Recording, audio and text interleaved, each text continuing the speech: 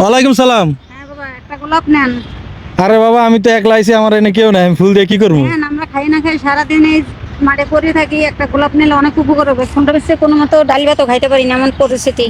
কি বলেন, এই ফুল বেচে ডাইল ভাত খাইতে পারেন না? না। কে আপনার ছেলে সন্তান নাই? ছেলে মেয়েরা খাওয়ান খরচা দেয় না, যার যার ভাবে থাকে। কোন কি এই বয়সে এত কষ্ট করেন? আল্লাহ রে আল্লাহ। কষ্টের কোনো শেষ নাই, সকাল থেকে এখন পর্যন্ত কিছু খাই নাই, খালি পেটে হাঁটতে আসি।